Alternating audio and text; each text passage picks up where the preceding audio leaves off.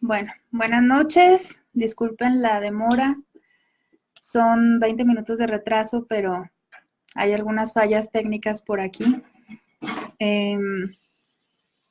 Espero que quienes se conectaron al inicio estén por ahí todavía. Vamos a esperar que puedan vernos ya.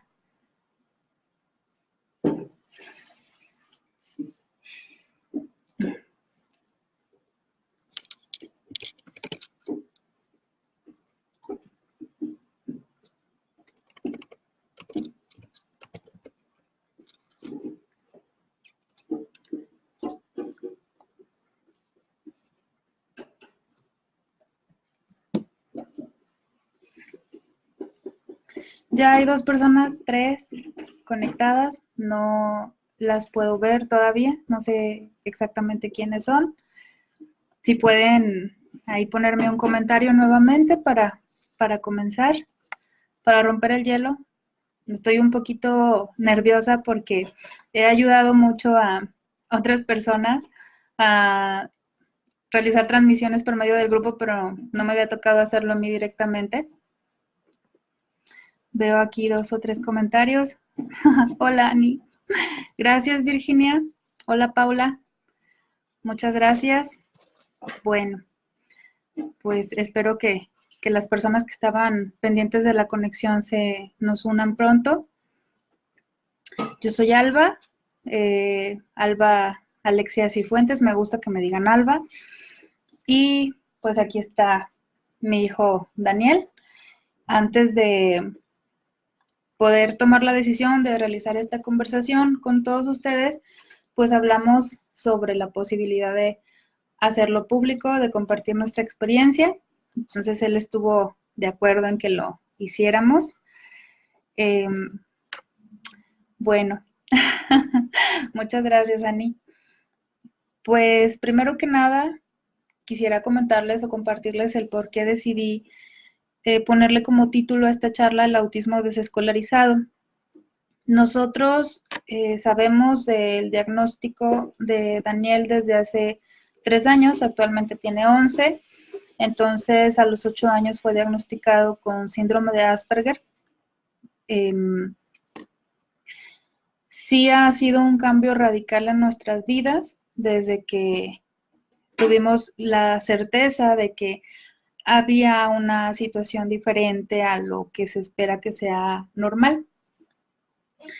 Y a raíz de este diagnóstico, pues se fueron tomando muchas decisiones que nos traen ahora a participar en estos grupos de aprendizaje libre, y pues hemos recorrido un camino largo para llegar hasta este punto, pero a la vez ha sido lleno de muchas experiencias, muy enriquecedor, y pues ya ha habido un parteaguas en cuanto a la percepción del autismo dentro de la vida escolarizada y del aprendizaje libre.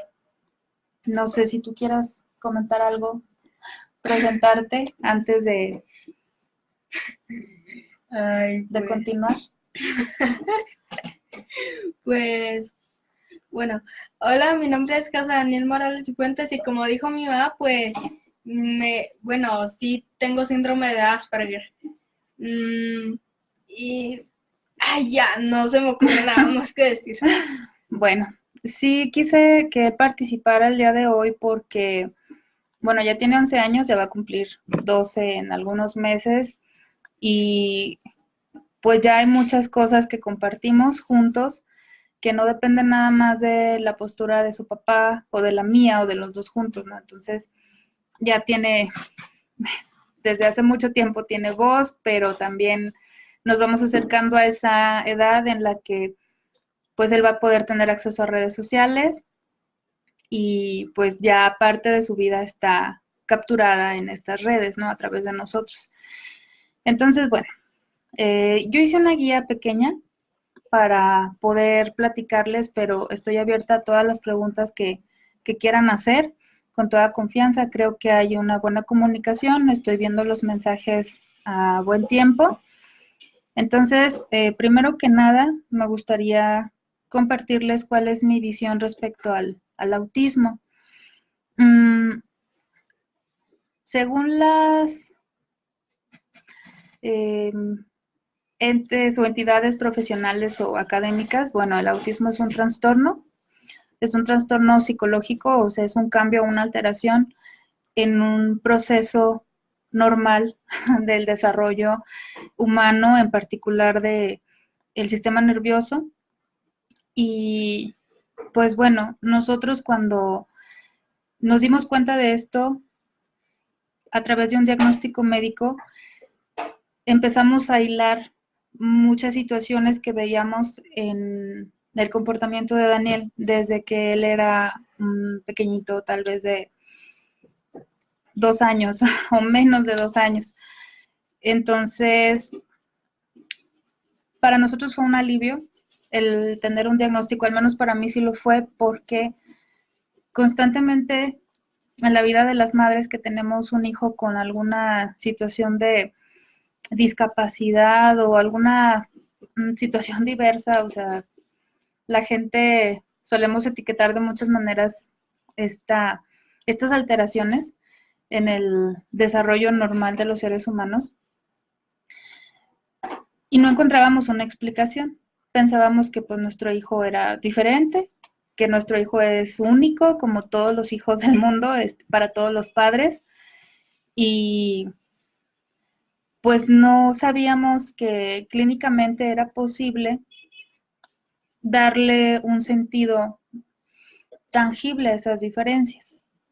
Entonces, pues yo me puse a investigar porque primero, pues soy mamá, ¿no? Yo tenía muchas inquietudes desde que él estuvo gestándose. Yo atravesé una infinidad de situaciones que pues reflejan, digamos, el andar de las madres que en algún momento están sacando adelante a sus hijos solas. Y no hablo solas nada más del hecho de tener una pareja, porque mi esposo sí estuvo presente desde el inicio, pero eh, la maternidad hace 10, 11 años era muy diferente a cómo se ve ahora en los grupos de redes sociales, en los colectivos locales. Hay muchas mamás preocupadas por el desarrollo de tanto de las madres, de la gestación, de los niños, de los bebés, o sea, están los grupos de lactancia, están los grupos de crianza respetuosa. Hace 10, 11 años esto no era tan visible, o al menos para mí, y en las redes sociales no existía esta información tan al alcance. Entonces, digamos, yo me sentí una madre sola, intentando entender qué pasaba con mi hijo, si mi hijo eh, tardó más tiempo de que otros niños en caminar, por ejemplo, él no, él no gateó primero antes de caminar. O sea, él primero caminó, primero probó la andadera, caminó y luego gateó. Entonces, se veían cosas en diferente orden en su desarrollo. Yo decía, pues es que es normal. Yo lo veía hasta de una forma muy romántica, porque cuando yo cumplí 25 años, mi hijo tenía 1 año, 4 meses, y después de cantarme las mañanitas todos, él andaba pues caminando sosteniéndose de los muebles, de las sillas. Entonces estaba ahí presente, me cantaron las mañanitas, se bajó y yo lo dejé porque pues él podía hacerlo y se soltó y empezó a caminar. Entonces yo lo veía como algo hasta romántico, ¿no? Nunca me he sacado la lotería ni ningún premio, ninguna rifa, pero mi hijo caminó en mi cumpleaños 25, entonces yo estaba súper contenta. Yo decía, esto es algo milagroso, esto es algo único, no sé, yo trataba de entender como que esto era algo místico, ¿no? De alguna forma. Lo mismo pasó con el lenguaje y con muchos otros detalles, ¿no? Pero no fue hasta que llegamos a la edad de 8 años en donde nosotros entendimos que había algo diferente, ¿no? Entonces, yo había escuchado de dos personas diferentes en el trayecto de la vida de estos 8 años de mi hijo. Alguien mencionó cuando él estaba en guardería que no se comunicaba de una manera adecuada. Entonces, la persona que lo dijo era una enfermera, pero esta enfermera nadie la quería en la guardería porque a todos los papás, si el niño traía secreción nasal, si traía ojos llorosos, o sea, 37.5 grados de temperatura, ya nos daba hoja de valoración y para los papás era la locura ir al seguro social a recibir una hoja de valoración, bueno, a recibir la hoja para llevar al niño al seguro y tener una atención médica por parte de un médico del seguro. Entonces era la locura. Nosotros dijimos, la enfermera está mal. Nos mandaron con la psicóloga en ese momento de base de la guardería y ella lo tomó como una cuestión de temperamentos. Ella nos dijo, ¿saben qué? Lo que pasa es que él es así, él no tiene mucha confianza para hablar con gente con la que trata poco, pero con ustedes sí habla, entonces no pasa nada. Y así pasó el tiempo. Entramos a primer grado de primaria y otra persona en el colegio hace un comentario referente al autismo. Y yo dije, esta señora está mal, ¿qué piensa, no? O sea, está bien que el niño no comparte todo el tiempo, no es el niño extrovertido, alegre, juguetón, brinca, salta, corre, pero yo tenía una visión errada del autismo, lo veía como en las películas, ¿no? O sea, cero comunicación, cero atención. Dije, no, claro que esto no pasa conmigo por la falta de información. Entonces ya fue cuando él entra a tercero de preescolar, a tercero de primaria, donde empieza a ver detalles y nos solicitan por parte de la escuela una valoración psicológica. Yo, por supuesto, estaba muy enojada, no creía que las cosas fueran de ese tamaño y atribuía esta situación al hecho de que todo el mundo quería medicar a los niños ahora, ¿no? Entonces, no se me hacían justificadas las razones. Algunas de las razones pues era que él se tardaba más en realizar alguna actividad que el resto de sus compañeros, que se estresaba dentro del salón, que no toleraba el ruido. Y yo le decía, pues no, ¿cuál es el ruido? Y él me decía, pues nada más que hablen, tanto murmullo de todos me molesta, o sea, gritan. Y a lo mejor no gritaban, pero para él era un ruido muy fuerte. Entonces yo dije, bueno, pues vamos a llevarlo, segura de que no pasaba nada. Y pues me dan el diagnóstico unas semanas después. No, hijo, no puedo contestar, es que me está entrando una llamada.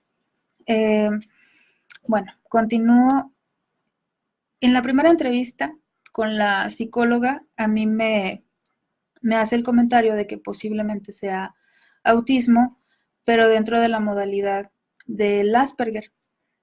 Y yo me dan una señal y yo me puse a investigar y a revisar información, información, información.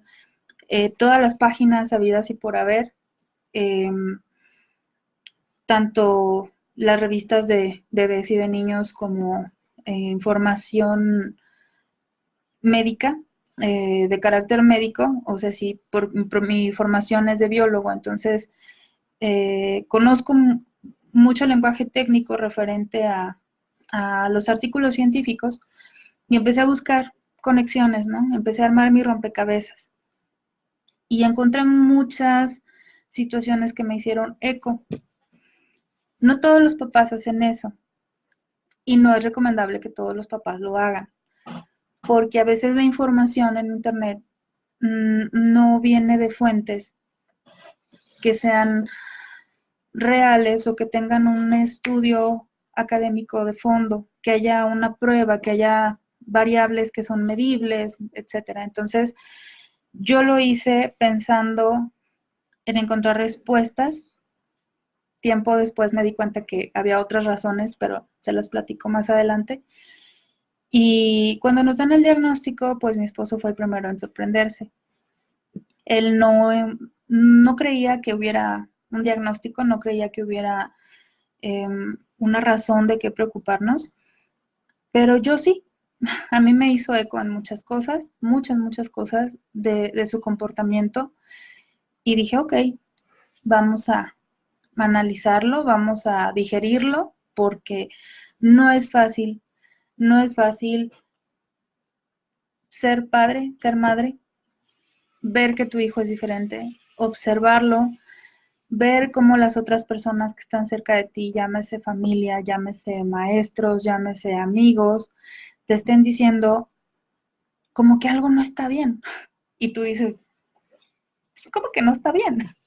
Yo almuerzo como ceno con él todos los días, vive, duerme, o sea, yo lo he visto crecer y como que no está bien, para mí está muy bien, o sea, él, solamente es él, ¿no? Entonces, entre pues todas las características que yo encontré, me di cuenta que pues hay unas que son eh, definitorias o son de alta prioridad al momento de dar un diagnóstico. El que yo les comparta esta información, sí quiero dejar claro que no significa que yo esté capacitada para dar un diagnóstico, pero se las comparto porque ya revisé las fuentes y porque sé que son fuentes fiables, ¿sí? Y que esa información debe ser complementada con un especialista en esta materia. Hay dos instrumentos para establecer características y diagnosticar a una persona con autismo. En este momento, bueno, hay dos, que es el DSM-5 y el CIE-10. El DSM-5 es como muy utilizado la mayoría de las veces, es más utilizado por psiquiatras y es el que se maneja en Estados Unidos. Entonces, pues nosotros estando en México, pues tenemos ahí la referencia base, ¿no? Y el DSM-5 establece que el autismo, pues, presenta tres características en particular, aunque puede haber más. La primera, pues, es que hay un desarrollo social anormal o deficiente, obviamente. No, la persona está mmm, como muy ensimismada, no comparte o no convive con los demás. La siguiente característica es la comunicación. Hay personas que no se comunican, que no pueden expresar sus emociones o que no entienden a la persona que tienen enfrente. Hay varios niveles, hay gente que habla muy bien, hay gente que medianamente lo hace, hay gente que no habla. Sí, hay una diversidad enorme dentro de este mundo del autismo. Y otra de las características es pues que hay una restricción de intereses, hay intereses específicos, no son personas que les guste cambiar de rutina, les gusta hacer siempre lo mismo, lo mismo, lo mismo, o tienen gustos por temporadas muy largas sobre ciertas cosas, también aplica hacia ciertas personas, vivir ciertas situaciones.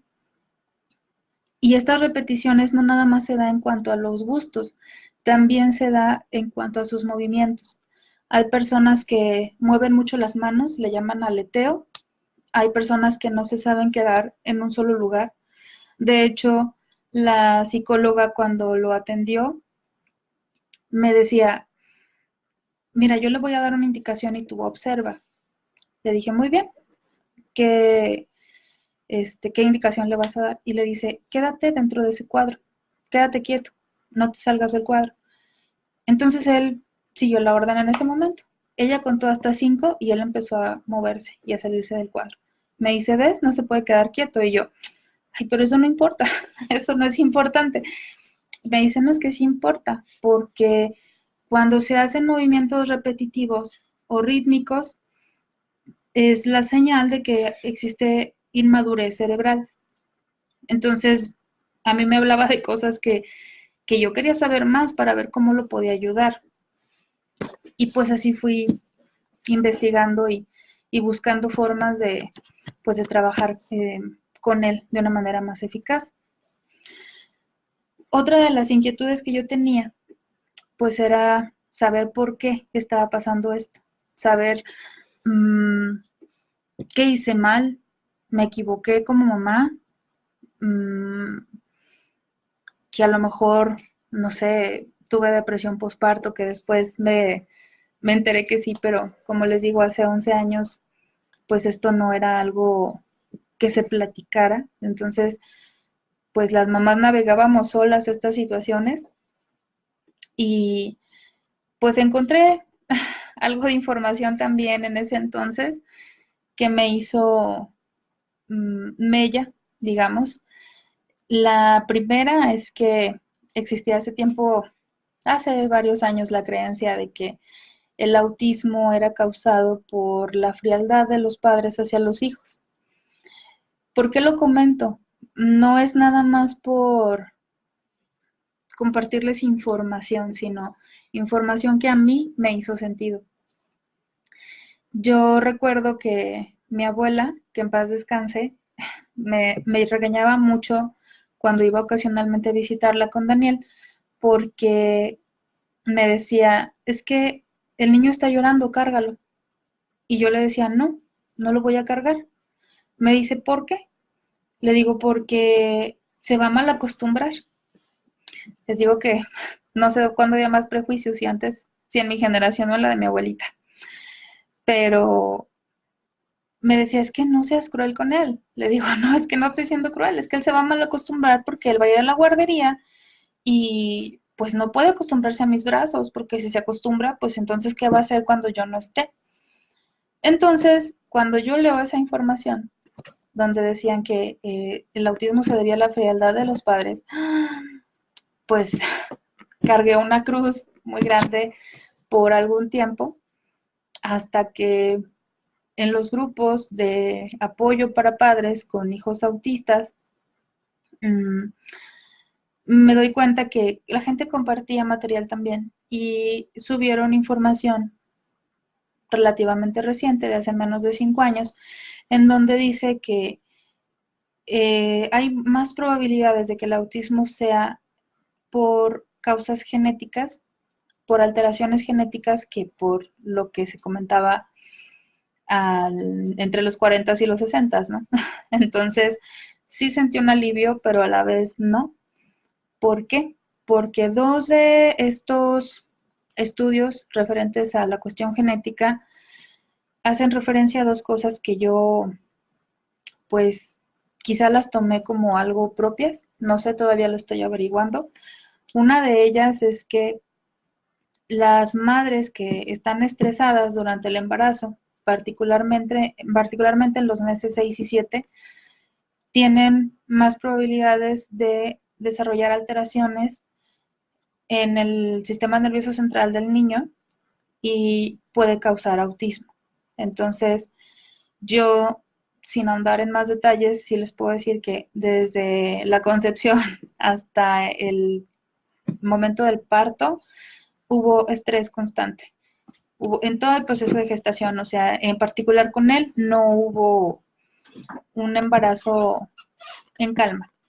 Entonces, yo dije, bueno, fui yo, fueron las personas por las cuales yo me sentí estresada, yo seguía buscando explicaciones. Y el otro estudio hace referencia a que el material genético que portamos los seres humanos, en el caso de las madres, nosotros transmitimos ADN mitocondrial. Ese ADN es exclusivo de las madres, pasa de generación en generación. Entonces yo lo veía y dije, bueno, está bien, creo que eh, todos los elementos existen en nuestra situación, en nuestro universo, entonces no hay razones para descartar el autismo. Lo llamo autismo, aunque el diagnóstico que nos dieron fue síndrome de Asperger, porque por terminología se cataloga así. Ya no existe, dentro del DSM-5 ya no existe el síndrome de Asperger, el síndrome de Rett, el síndrome desintegrativo de la infancia, me parece. O sea, ya no hay diferenciación. Ya se considera como trastorno del espectro autista. No sé si por ahí hay alguna pregunta. Yo me he explayado mucho en esta conversación, pero no sé si haya algo que compartir o comentar.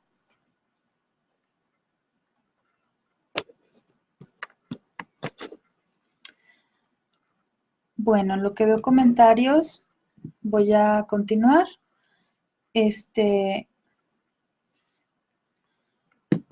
yo les decía, bueno, de todas estas situaciones, ¿qué fue lo que yo vi en mi hijo? Que me dijo, sí, sí es autismo. Lo primero ya se los comenté, que fue caminar sin caerse. Los niños, por lo general, gatean primero antes de caminar. Gatean, intentan dar pasitos, se caen.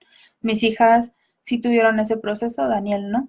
Como les dije primero, Daniel empezó a apoyarse, empezó sin gatear. O sea, gateaba para encontrarse del comedor a la sala, pero, o sea, 50 centímetros o no más de 1 metro, lo que podía gatear. Nunca se cayó, nunca se cayó mientras intentó caminar, nunca lo hizo.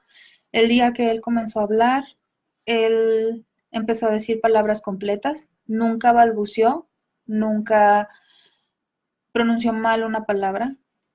No sé si han visto con sus hijos la película de La Pandilla, donde está un chico enamorado de Darla, que tiene así como un copetito aquí atrás, un gallito.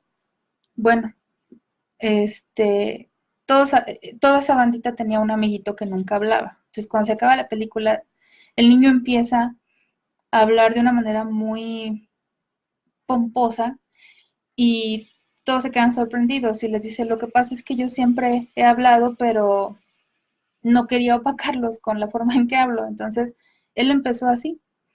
Daniel tenía 2 años y él pronunciaba perfectamente ferrocarril, aeroplano, mmm, Jamaica, murciélago, todas las palabras largas, él las puede pronunciar y las pronunció bien. Mis hijas, por ejemplo, no pronuncian bien la R, una dice ebre, así, y la otra todavía cecea, o sea, dice las cosas así. Daniel no tiene problemas de pronunciación, siempre tuvo un lenguaje muy amplio, muy articulado y lo sigue ampliando, lo sigue manejando.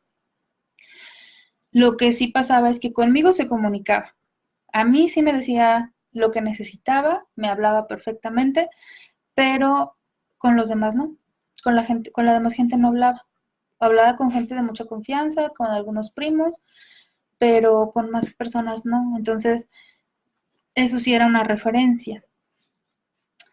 Tenía interés en ciertos temas, por ejemplo, Los videojuegos. bueno, hoy son los videojuegos. Cuando tenía 2 años, vio la película de Spider-Man. Bueno, dejó de prestarle atención a Spider-Man como a los 9, pero hablo de que había, o sea, hacía dibujos del hombre araña, pero no eran 1, 5, 10, no. O sea, yo creo que tengo más de 100 dibujos del hombre araña. Tengo muchísimos dibujos también de patrullas, de carritos de bomberos, de helicópteros, de policías, y siempre eran esos temas. Siempre, siempre, siempre, siempre. O sea, no había más, oye, mira, vamos a ver Ant-Man. No. Dragon Ball Z. Bueno, Dragon Ball Z también es nuevo, porque antes no había. Entonces, yo dije, bueno, qué raro, porque cumplió 3 años y fiesta de Spider-Man, y luego tenía 6 y fiesta de Spider-Man, y luego 7 y fiesta de Spider-Man. Entonces yo guardaba los adornitos de Spider-Man y yo era feliz porque ya sabía que era lo que quería. Pero después me di cuenta que los demás niños no, no pedían lo mismo. O sea, era como una fiesta diferente y no, pues a mí no se me hacía algo raro. Ya todo era Batman, Capitán América, Minecraft. Ahorita, eso es ahorita. Bueno, otros de los juegos o de las cosas que le llamaban la atención eran los cochecitos. Tiene muchos carritos, pero a mí me extrañaba que él los formaba, los alineaba, primero por tamaños, luego por colores, luego por modelos, y yo decía, pues, qué bonito los acomoda, qué ordenado. Yo no tenía nociones de que esto fuera autismo.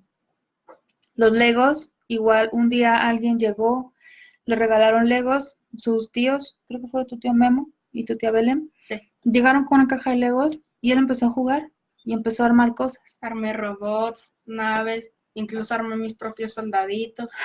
Les ponía de todos mis robots, les ponía, no sé, metralletas, misiles, espadas, alas. Hacía Transformers, pero estos Transformers eran muy O muy sea, sofisticados, pero no había un instructivo. Entonces yo decía, ¿cómo lo está haciendo?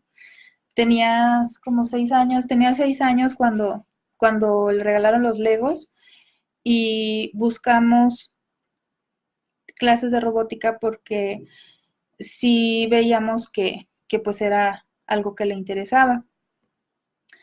Cuando fue más chiquito, nosotros batallamos mucho para que él dejara el biberón. De hecho, tenía más o menos 2 años y medio cuando intentamos dejarlo o retirarle el biberón y no quiso y se molestó tanto como por 2 o 3 noches que la tercera noche se dio vueltas en la cama, se cayó y se me, descalabró. me descalabré Tiene ahí su como marquita por aquí, por aquí. de la descalabrada que estuvo muy fuerte y le dejamos el biberón y lo dejó, pues no sé, ya estabas muy grandecito cuando lo dejó. Tenía 5 años. 5, si se acuerda. Eh, También la cuestión del colecho, él a la fecha ya no se va a dormir conmigo en la noche, pero en la mañana se levanta su papá y él se va a la cama. Entonces, ahorita ya puedo dormir, pero los primeros años, 5 o 6 años, y yo decía, pues es normal, él me quiere mucho y quiere estar conmigo. El día en la escuela tuvimos ahí algunas situaciones, por ejemplo, en tercero de preescolar, donde ya los niños tenían que leer y escribir, porque se esperaba de ellos que entraran a la primaria con estos conocimientos, pues él no sabía leer ni escribir. Entonces, platicando yo con su maestra, porque otra situación que se daba es que yo iba al colegio por una u otra situación, yo trataba de participar mucho en las actividades que ellos tenían y cada vez que yo llegaba al colegio era, ya me quiero ir, ya viene mi mamá por mí, ya me voy, adiós. Y yo, no, tú te vas a quedar, yo ya aquí, pero mamá, yo me quiero ir contigo, pero yo tengo cosas que hacer, yo en ese tiempo trabajaba mucho fuera de casa y él sufría mucho, entonces yo intenté buscar apoyo en la escuela y no recibí el apoyo que deseaba o que necesitaba en ese momento. Pero yo sí tuve una amiga ahí en la escuela. Sí, Bueno, en preescolar, en en la preescolar, guardería. sí, muy bien. Entonces, hicimos el cambio. En ese colegio había preescolar y podía ingresar ahí mismo a primaria, pero por la situación decidimos hacer un cambio de colegio y entrando a este colegio, para que él entrara, pues presentó varios exámenes y para que los pudiera pasar, pues tuve que enseñarle a escribir, tuve que enseñarle a leer, tuve que enseñarle a sumar, a restar y sí lo hizo, lo hicimos, pero sí yo tengo que decir que lo hicimos en base a mucho sufrimiento porque Yo batallaba mucho. sí, él batallaba mucho y aparte yo era muy dura con él, era muy exigente. Entonces, él lloraba y se sentía muy triste, ¿no? Y yo muy enojada y muy frustrada porque decía, pues, ¿por qué no aprendes? No me pones atención, eres muy distraído. Pero no se lo decía bonito, la verdad, se lo decía, pues, enojada. Pero aún así, yo me consolaba como mamá, diciendo, bueno, pues conmigo mis papás fueron mucho más duros de lo que yo estoy siendo con él, entonces yo estoy haciendo las cosas bien. Claro que en este momento yo ya sé que esa no era la manera adecuada, pero pues como madre o como padre, pues muchas veces actúas bajo la premisa de que nadie te enseña a ser padre o nadie te enseña a ser madre. Entonces, yo dije, pues así voy a aprender y nadie me tiene por qué juzgar porque pues soy una mamá intentándolo, ¿no? No me estoy dando por vencida. Entonces, entra él al colegio nuevo y en este colegio pues nos topamos con otras circunstancias. Estas circunstancias fueron que, ay, perdón, es que estaba checando un mensaje. Estas circunstancias fueron que él no estaba rindiendo lo que se esperaba de él en el colegio. Era Santo Entonces, Domingo, ¿verdad? uh-huh. Entonces, el primer mes del ciclo escolar me la pasé yendo a la escuela como 3 o 4 veces de los 5 días que van a la escuela. Hasta que la segunda o tercera semana les dije, oigan, pues si quieren, vengo y le doy las clases yo o me lo llevo a otra escuela o cómo le hacemos. Y estuvieron ahí durante un año. Estuvimos trabajando cuestiones de lectura. También fue una situación muy dura porque tenían un programa de lectura en el que el niño tenía que leer un libro al día.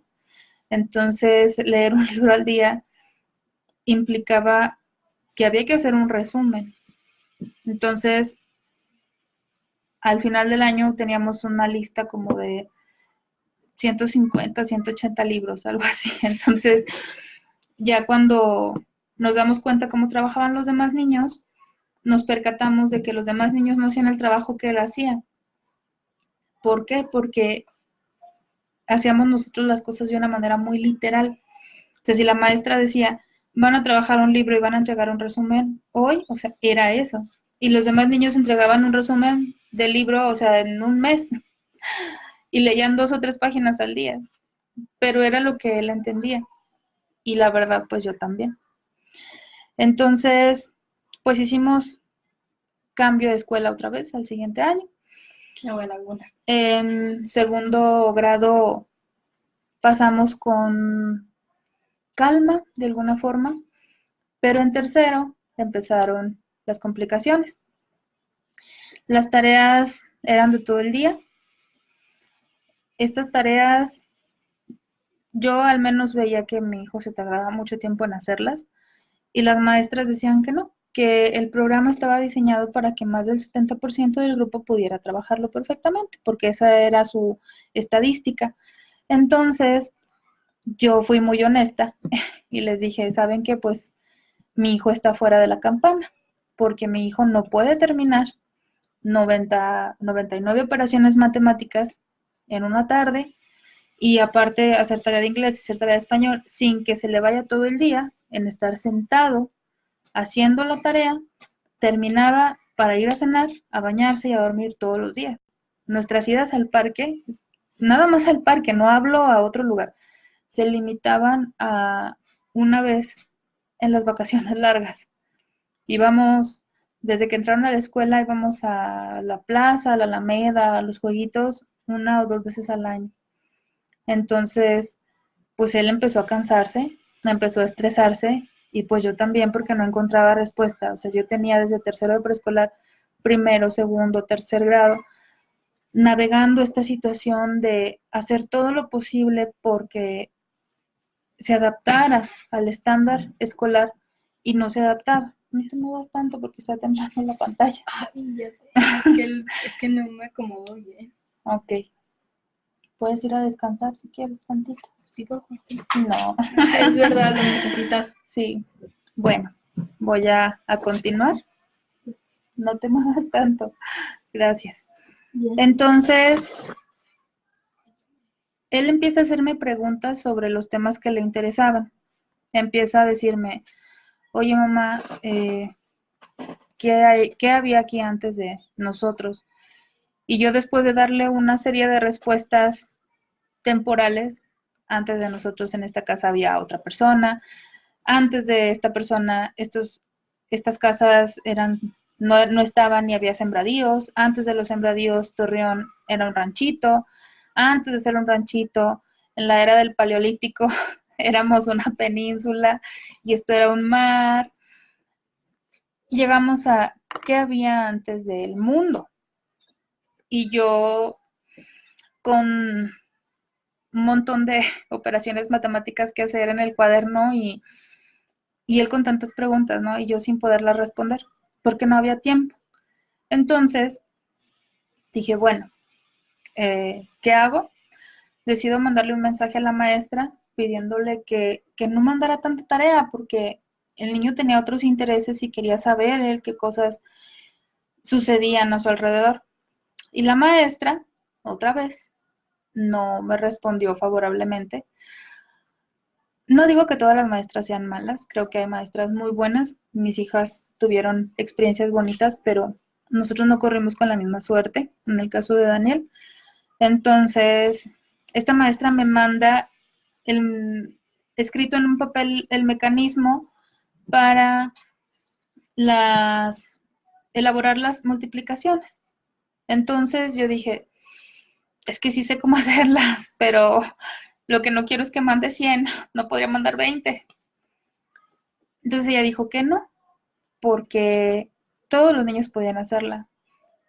Yo le dije, pues sabe que Daniel tiene otros intereses y nosotros lo vamos a apoyar. Entonces, si usted no está de acuerdo, bueno, maestra, pues vamos a tener que buscar alternativas, tanto usted como nosotros. Vamos a intentar cubrir su programa, pero no vamos a dejar de lado los intereses que él tiene. Eso fue un martes.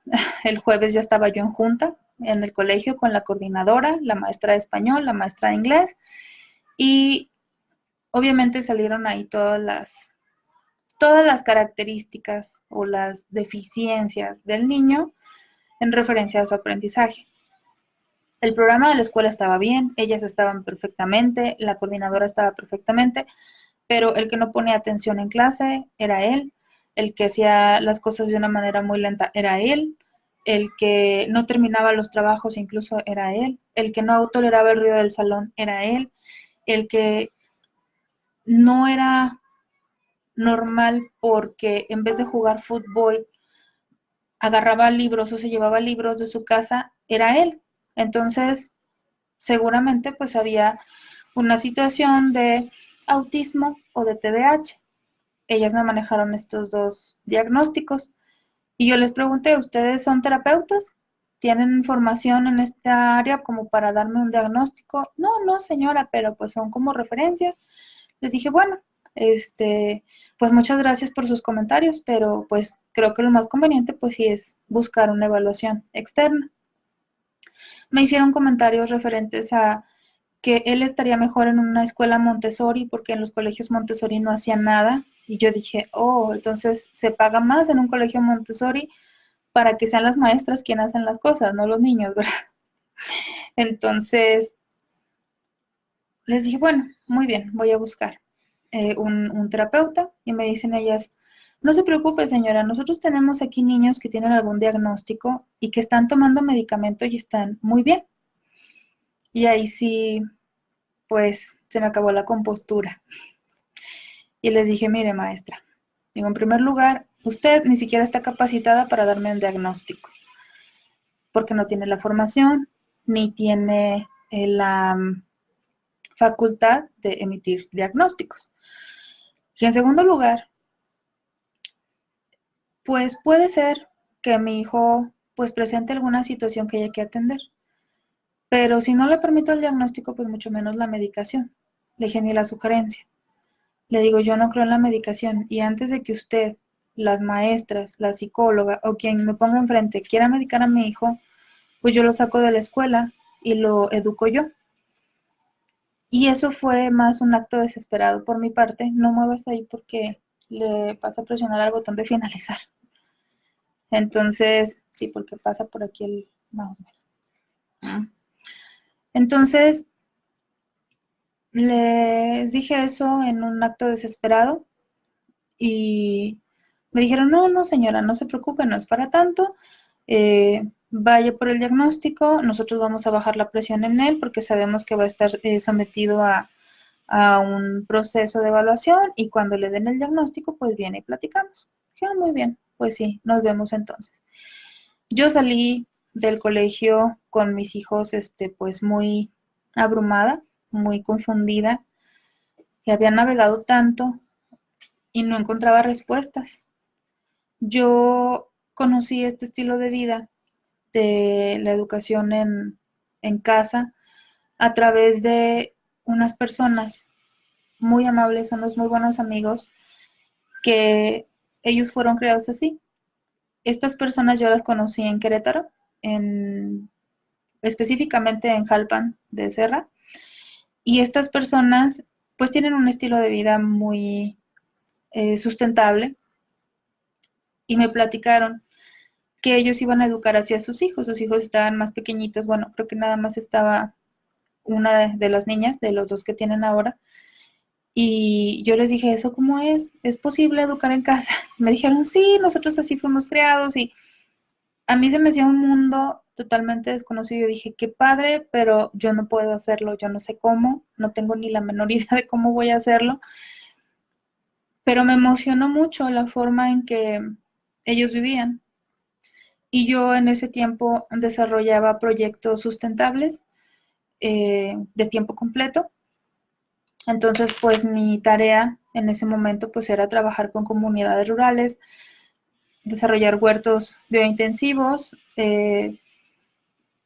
centros de acopio de residuos, proyectos productivos con enfoque sustentable y de perspectiva de género. Y yo quería esa vida. Entonces yo regreso a Torreón de esa capacitación y le platico a mi esposo y mi esposo me dice, pues, qué padre, pero nosotros no vivimos allá ni tenemos esas condiciones de vida y para nosotros eso no tendría por qué ser necesario porque para eso trabajamos mucho, para darles una buena educación a nuestros hijos. Y yo dije, bueno, tienes razón, no es nuestra vida, no vivimos en un contexto similar, no es para nosotros. Claro que esa idea viene a mi mente 3 años después de que la conozco, cuando se da toda esta situación de la escuela del diagnóstico, de buscar nuevos caminos. Entonces, después de que nos dan el diagnóstico definitivo de que era síndrome de Asperger, lo que nos dice la psicóloga, pues fue esperanzador por un lado y devastador por el otro. Esperanzador en el sentido de que nos dice, ya no van a estar solos. Nosotros estamos aquí para apoyarlos y para darle seguimiento y para ayudarlo a que él se integre lo mejor que pueda a la escuela, a la sociedad. Y yo, pues muy bien. Pero me dice, tu hijo nunca va a poder ser independiente. Tu hijo va a necesitar asistencia toda la vida. Entonces, para un padre o para una madre que te digan que tu hijo jamás va a poder llevar a cabo su vida sin apoyo fue muy fuerte porque yo no tuve ese apoyo. O sea, yo salí de mi casa a los 18 años, luego volví a salir a los 22. Hasta la fecha, pues hemos ejercido nuestra maternidad y paternidad eh, sin un apoyo, al menos por parte de los papás, de mis papás, pues no. Entonces, sí dije, ¿cómo le voy a hacer? ¿O cómo le va a hacer él el día que yo no esté? Entonces dije, bueno, vamos a dejarlo así. Yo voy a seguir buscando alternativas. Mi esposo salió muy molesto, dijo, claro que no, la psicóloga está loca, ¿qué le pasa? Y yo le dije, bueno, mira, si va a ser así, tenemos que buscar herramientas que nos ayuden a que él tenga la mejor calidad de vida posible y en su momento que él pueda llegar a ser independiente, porque pues no siempre vamos a estar nosotros aquí. Entonces, una de las cosas que sí sabía en ese momento es que yo no quería que mi hijo estuviera medicado. No quería que estuviera medicado, ¿por qué? Porque a la fecha no hay un medicamento que cure el trastorno del espectro autista. O sea, no cura, no regenera nada. Hay medicamentos que ayudan a controlar el comportamiento cuando esto resulta agresivo o en su caso, pues hay personas que tienen autismo y tienen crisis epilépticas. Entonces, en esos casos sí se recomienda para control, pero no hay un medicamento que cure. Hay actualmente pruebas, pruebas avanzadas, pero no hay todavía confirmaciones de que haya un medicamento que te ayude a erradicar esta condición. Entonces dije, no necesita porque él nunca fue un chico agresivo en la etapa escolarizada y ahora pues tampoco en general. Él no tuvo eventos, sus ansiedades o sus crisis le hacían sentirse muy triste y llorar, y lloraba, y lloraba, y lloraba. Cuando estaba en la escuela, esto le pasó en la escuela, no le pasó en casa. Entonces, dije, el medicamento pues no es necesario y no lo voy a medicar para que él se adapte a la escuela. Entonces, empecé a buscar información, empecé a buscar formas de aprendizaje, empecé a buscar colegios y alternativas a la escuela. Los colegios Montessori locales, pues hay unas muy buenas propuestas, pero económicamente no son viables para nosotros porque pues creemos nosotros que nuestros 3 hijos tienen derecho a las mismas oportunidades. Entonces, pagar una escuela Montessori salía de nuestro presupuesto. Entonces decidimos pues probar por nuestra cuenta, explorar estos materiales e implementarlos nosotros para ver qué resultados tenía. Durante el tiempo que nos tomó emprender este camino de la educación fuera de la escuela o del aprendizaje fuera de la escuela, pues tuvimos oportunidad de intercambiar experiencias con familias locales que educan en casa. Y pues sí, hay muchas experiencias, hay muchas familias en mi localidad realizando esta actividad. No encontré eco o no encontré experiencias que me sirvieran a mí como referencia para esto. Entonces decidí continuar por mi cuenta y buscar papás, buscar familias fuera de mi ciudad, en mi país o en países de América Latina o incluso en Europa, pues los que son de habla hispana, donde pudiera yo compartir experiencias y buscar respuestas. La primera persona que yo encontré en este estilo de vida fue a Zaida Cadengo, que tenía un proyecto de educación en libertad llamado Liberum. La verdad conviví muy poco con ella, pero aprendí de muchas cosas y me abrieron las puertas. Hay algunos comentarios ahí por ahí del 2014 que yo hice y yo los veo ahorita y digo, ay, qué oso. Pero bueno, pues así aprende uno, preguntando. Decidí trabajar inicialmente con el homeschooling, que, bueno, bajo mi percepción, utiliza como base un programa educativo preestablecido. Lo intentamos durante un año, no nos funcionó y no nos funcionó no porque no fueran buenos, sino porque no se ajustaban a las necesidades de mi familia. En este caso, con Daniel, había días en que él no quería trabajar los temas que venían previstos en el programa o en los libros, o había temas que no habían sido comprendidos desde la escuela, entonces no había posibilidad de darle un seguimiento porque había cosas que no dominaba. Y la verdad es que sí fue un poquito difícil como traernos la escuela a la casa, aunque yo fuera la maestra, nada más cambiamos de maestra y de lugar, pero queríamos hacer lo mismo y la verdad no nos funcionó tanto. Entonces decidimos comenzar con el unschooling a través de un proceso de desescolarización. Y en este proceso de desescolarización, pues hubo 2 personajes muy importantes para nosotros. Uno, pues, es Ani Torres, la fundadora y administradora de este grupo, y la segunda persona, pues, fue Rebeca Koritz, con toda la información y los talleres que ella proporciona. La verdad es que yo lo considero como que fue una rehabilitación para nosotros, para cambiar el chip y entender que hay otras maneras de aprender. Y yo la verdad avancé muchísimo, muchísimo más con el aprendizaje en libertad que con un programa y un calendario de actividades preestablecido. Sí fue difícil hacer el cambio primero de la escuela hacia el homeschooling y luego hacia el unschooling, porque pues me daban miedo los gustos que él tenía o que él tiene.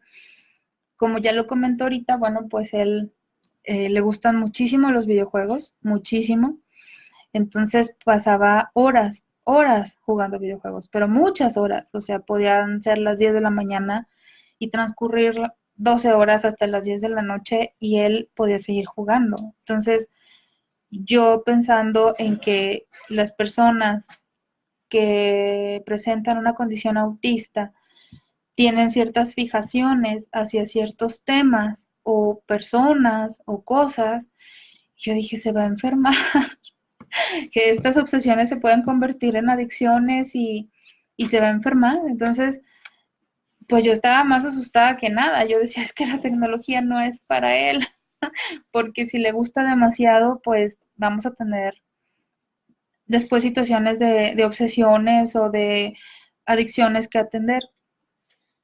Y pues la verdad, después de resistencia de algunos meses, empezamos a soltar y las cosas empezaron a acomodar. Entonces ni se volvió adicto, ni cambió su conducta hacia la agresividad. O sea, no pasó nada de lo que yo estaba temerosa. Me preocupaba también que le dedicara tanto tiempo a los videojuegos y no aprendiera mm, nada importante. O sea, nada, nada, ni siquiera, no sé, la historia. Nada.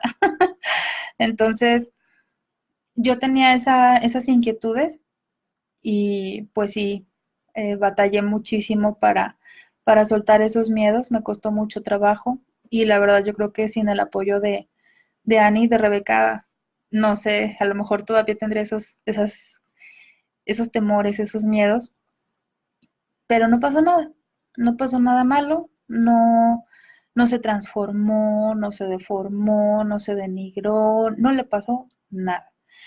Porque yo los juegos solo los veía como juegos.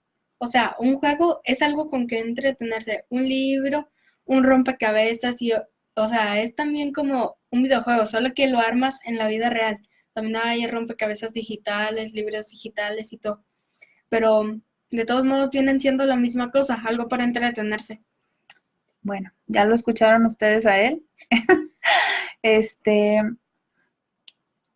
otra de las cosas que yo vi, pero ya fue como en positivo, es que todas esas horas que él pasaba en el juego no nada más era por jugar o por llevar a cabo la actividad, sino que empezó a conocer a muchas personas.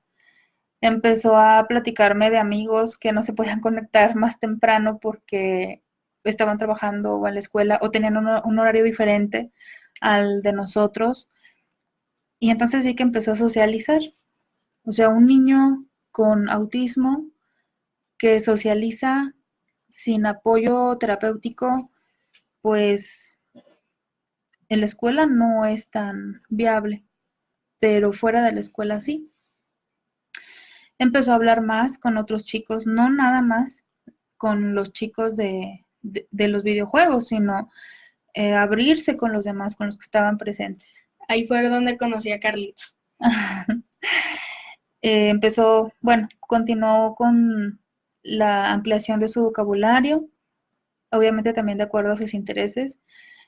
Le gustan pues muchos temas ahora, más de lo que le gustaban hace 3 4 años. No sé si tú les quieres decir qué Bueno, temas. bueno, ahorita mismo pues estoy muy interesada en la historia de México, bueno, todo lo que pasó, bueno, todo lo que hayamos vivido en la historia, desde el inicio de la Tierra hasta la batalla de Puebla.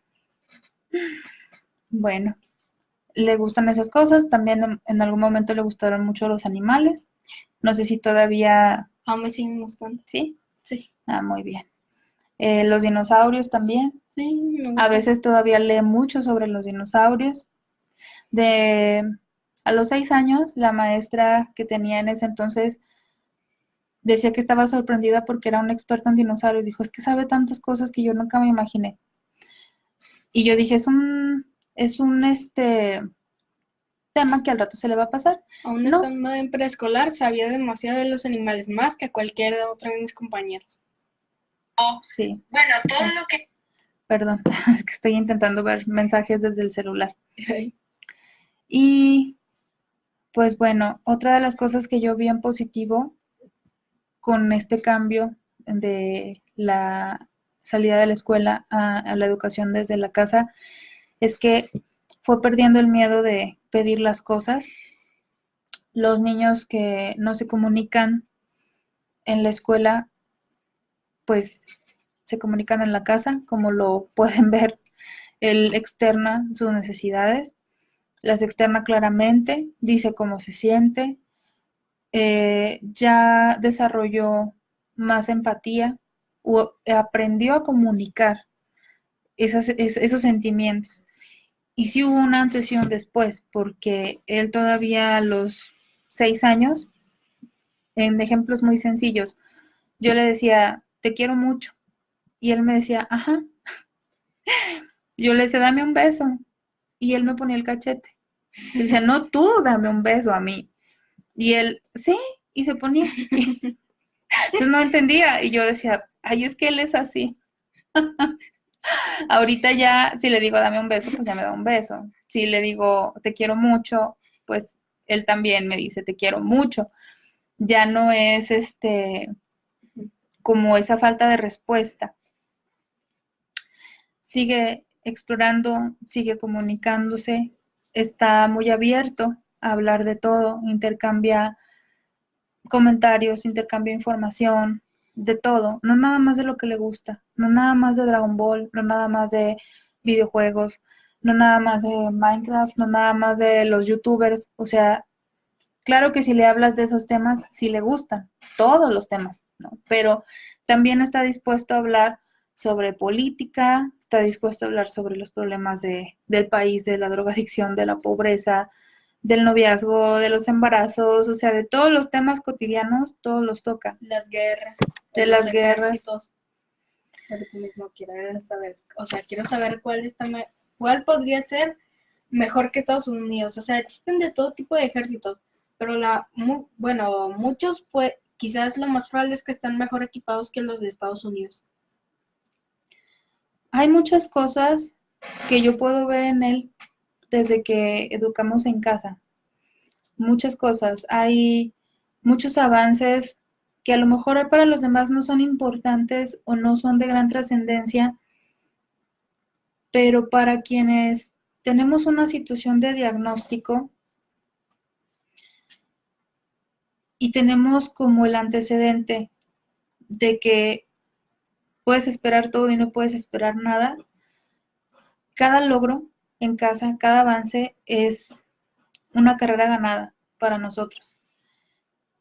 Yo, la verdad, lo que él hace, todo lo que él hace, todo lo que él intenta, para mí esa es mi recompensa, es mi trofeo, es lo que yo muestro, porque yo les podría decir todas las cualidades que yo veo en él. Yo les puedo decir que él es un niño muy inteligente, que él es un niño muy razonable, que él es un niño muy noble, muy empático.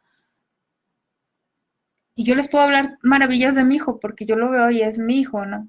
Pero veo todo lo que ha logrado y lo que le ha costado y yo me doy por bien servida porque cada vez lo veo caminando por su propia cuenta y ese era mi mayor temor. Mi mayor temor no era que él terminara una carrera universitaria o un posgrado. A mí me queda claro que lo puede hacer si él quiere hacerlo. Y me queda claro que él si quiere iniciar una empresa en un futuro lo puede hacer. Pero antes lo dominaba el miedo.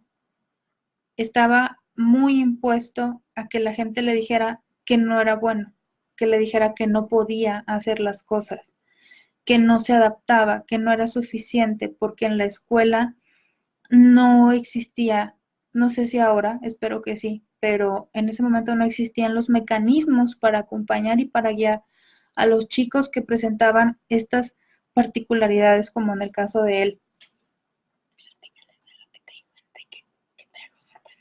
Ah, ok, ahorita les platico eso. Eh, entonces, cada avance que él tiene para mí es un gran logro que va hacia la autonomía. El día que yo vea que él haga lo que haga, o sea, él lo va a hacer y él es responsable de su vida y él puede tomar la rienda de su vida, yo con eso me doy por bien servida. Y yo sé que puede lograr lo que él quiera, pero necesitaba que alguien le dijera que lo podía hacer. En este caso, el ambiente escolarizado no fue para nosotros y nos funcionó mejor trabajarlo desde el hogar. Me está comentando Daniel que quiere que les platique una situación referente a los temas obsesivos. Que en este caso, bueno, de niño me gustaba ver mucho, o sea, creepypastas, me gustaba de todo, conocía de muchos, Slenderman, Tichitoy, Jeff the Killer y eso. Y a mi mamá le fue preocupando porque me contó del caso del niño de Monterrey que, bueno, el niño de Monterrey allá, bueno, no sé si habrán escuchado la noticia, pero fue el que le disparó a su maestra, a sus compañeros y luego él se suicidó. Pero y me dijo que el niño veía mucho creepypastas y eso. Sin embargo, Enrique, que ahorita mismo es el hijo de Ani Torres, hola Ani, fue quien le aclaró las cosas a mi mamá, porque cuando mi mamá le platicó el caso, Perdón. bueno, mi mamá le habló del caso a bueno, del caso de Enrique y fue donde Enrique le hizo saber algo que mi mamá nunca tomó en cuenta y fue esto. Le dijo, pero Alba, yo creo que ese niño está enfermo de otra cosa porque yo veo todo el tiempo creepypastas y los creepypastas, bueno, veo que no son más que una historia, o sea, ya que si fueran reales, pues adoptaríamos su comportamiento. Oye, una disculpa a todos. Se cortó. Y yo, Espero que se puedan volver a conectar. y yo aquí hablando sola. Eh,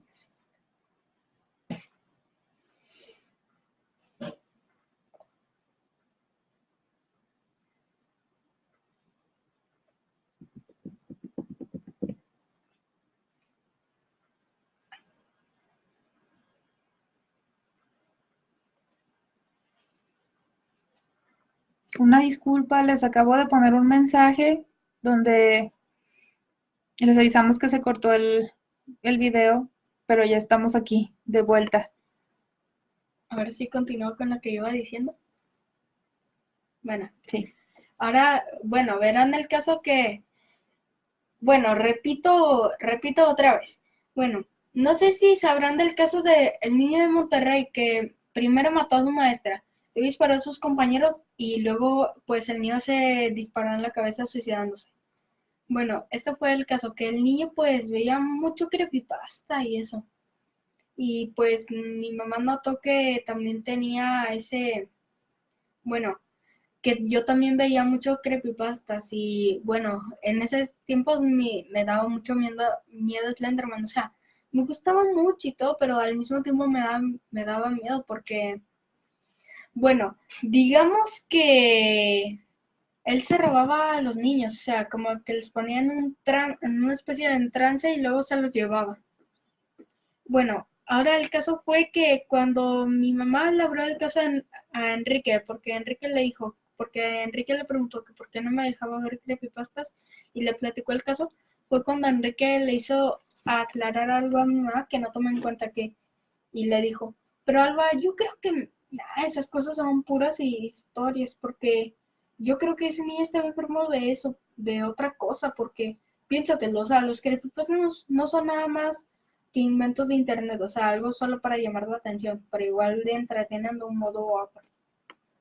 Y pues mi mamá tenía razón, o sea, porque si fueran reales, pues igual yo tendría la curiosidad de ir a verlos. Bueno, para resumirles, yo estaba muy temerosa recién que salieron de la escuela y desde antes de los temas que hablaban sobre leyendas urbanas, sobre situaciones de adicción, no permiten, de temas de adicción, de temas donde los chicos desarrollaran ciertas obsesiones y uno de ellos pues era el acceso a creepypasta. Entonces yo no dejaba, por supuesto, que ninguno de mis hijos viera estas cosas y yo les platicaba de lo que pasaba en la vida real con las personas que tenían como contacto con este tipo de experiencias. Y el día que conocimos a Annie y a toda su familia, en particular a Enrique, llega Enrique, muy espontáneo él, y me dice, oye Alba, ¿tú no dejas ver a tus hijos cuentos de miedo y creepypasta? Y le digo yo, sorprendida, no, que no, yo no dejo. Y me dice, ¿por qué no? Entonces yo estaba muy asustada porque no sabía qué le iba a contestar a un niño de 10, 11 años, porque no sabía si él los veía y yo decía, ¿qué le digo? Entonces yo le comenté a él, ¿sabes qué? Yo tengo miedo de que mis hijos pues realmente pues piensen que esto es real o hagan cosas de lo que hacen estas leyendas y lastimen a alguien o se lastimen a ellos mismos. Y me decía, no, pero pues es que eso es para personas que tienen otra clase de problemas. Digo, esos son cuentos de miedo ya. Y yo, pues sí, ¿verdad? No, pues sí. Y una de las personas que hizo que yo generara esa confianza en mí como mamá y en él para experimentar o explorar estas cosas fue Enrique, además de Annie, ¿no? Entonces, bueno, pues como yo les decía, más importante que las experiencias que ellos puedan tener o la información a la que tengan acceso, algo que a nosotros nos ha ayudado mucho es estar presentes, es acompañarlos, es no cerrarnos a sus preguntas.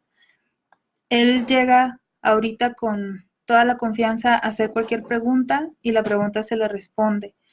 Hace poco tiempo, porque a él también pues le gusta jugar juegos como estos del Free Fire y Género Battle Royale. Bueno, eso. Llega un día,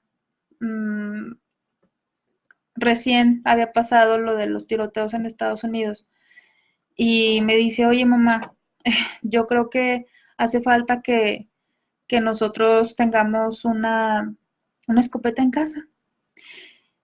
Y cuando me dice eso, yo me asusté, como no tiene una idea, nada más abrí los ojos, empecé a parpadear.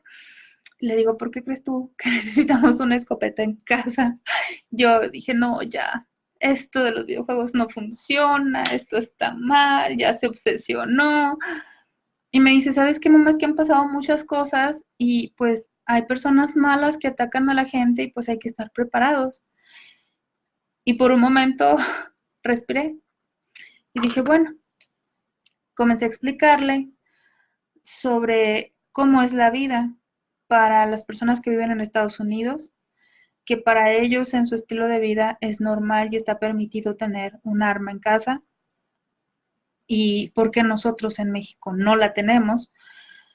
Entonces, lo que yo temía que se convirtiera como en una obsesión, se convirtió en un diálogo muy rico de retroalimentación para los dos. Él aprendió sobre política internacional, aprendió sobre los videojuegos, aprendió de problemas como la discriminación, el racismo, y no se obsesionó, ni pasó absolutamente nada malo. Sí nos ha tocado por la edad que ya él tiene enfrentarnos a temas que son como temas tabús. En este caso, pues el ejemplo de las armas es muy ad hoc a la situación, pero nos ha servido mucho estar presentes. A veces yo pienso que, o se me olvida que existe el autismo en esta casa. Se me olvida que hay alguna situación a la cual prestarle más o menos atención. O sea, cuando le dije a mi mamá que pues igual nos hacía falta la escopeta, pues ella comenzó a sentir miedo porque luego no quería que de grande me convirtiera en ladrón, bueno, o en un sicario, en algún criminal, pero, o en un terrorista, pero yo le veía el Free Fire, Fortnite, PUBG, o sea, yo le veo todo como si fuera nomás un juego, o sea, a pesar de que te maten, puedes revivir las veces que quieras. O Pero sea, es un juego. sí, es un juego, o sea, Ok.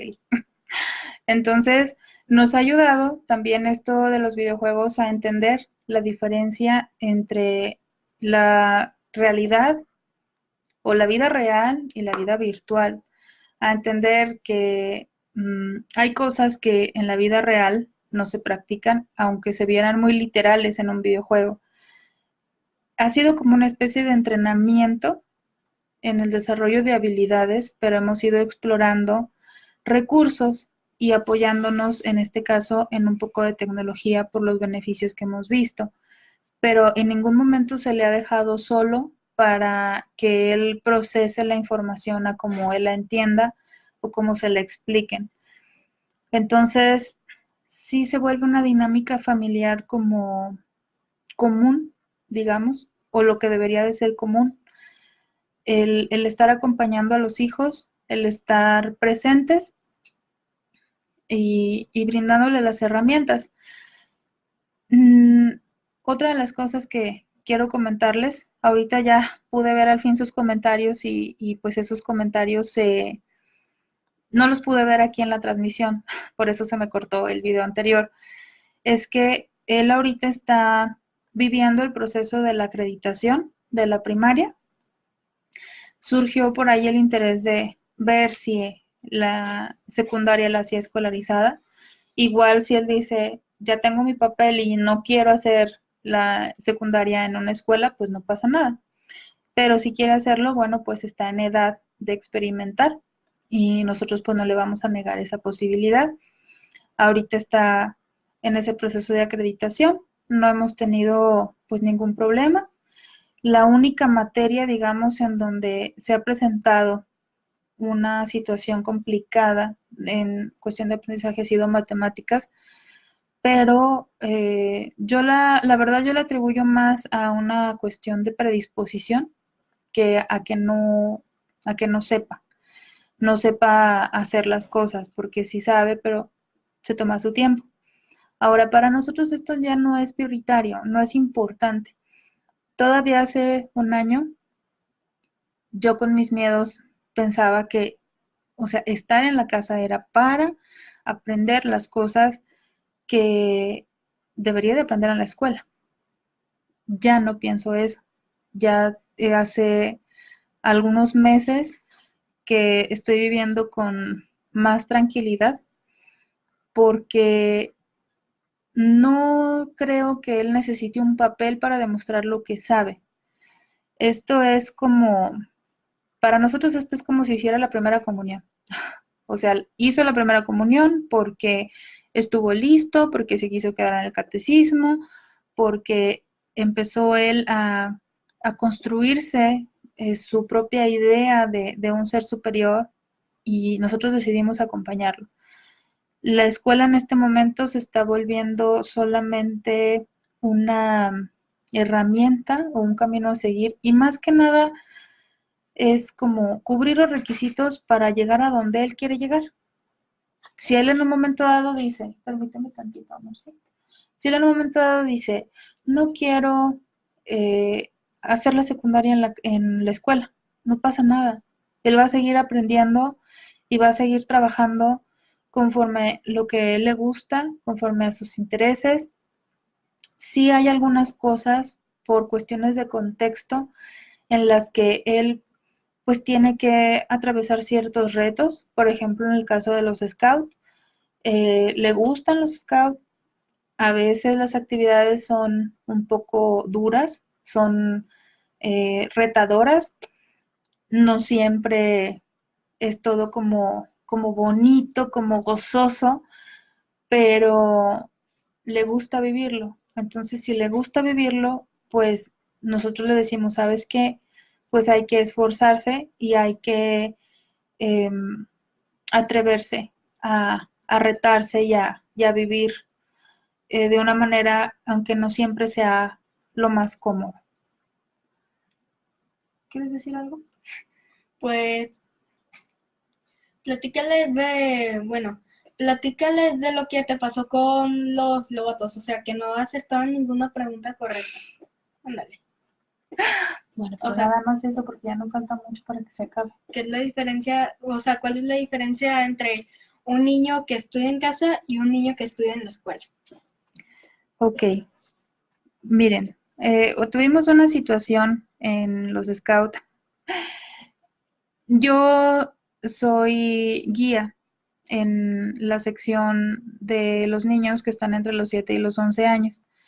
Entonces, en este fin de semana presentamos una serie de actividades a través de juegos, porque en los Scouts la mayoría de las actividades son de juego, en donde íbamos a poner como retos sobre conocimiento referentes a las fiestas patrias. Entonces, los chicos que están escolarizados mmm, no pudieron responder eh, correctamente cosas como cuándo se celebra la independencia o qué día se da el grito o quiénes son los niños héroes, cosas muy básicas, pero son cosas que a Daniel le gustan, entonces él sí se las sabe porque le llama mucho la atención la historia de México, mucho, mucho, demasiado, pero es parte de quizás su personalidad o simplemente pues porque es un beneficio de la educación en casa. Voy a contestar preguntas ahorita de los mensajes, ¿ok? Bueno, ahorita ya puedo ver aquí a través del celular los mensajes. Pregunta aquí Magda, ¿qué exámenes podría pedir primero para una niña de 6 años?